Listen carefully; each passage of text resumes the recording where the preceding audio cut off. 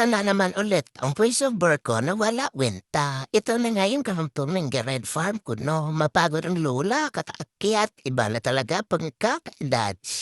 Buti na lang, maganda ang view dito. Di mo magawang mainis pag napapagod ka na kasi napapaligiran ka ng mga santo. Sige nga, try mo magalit.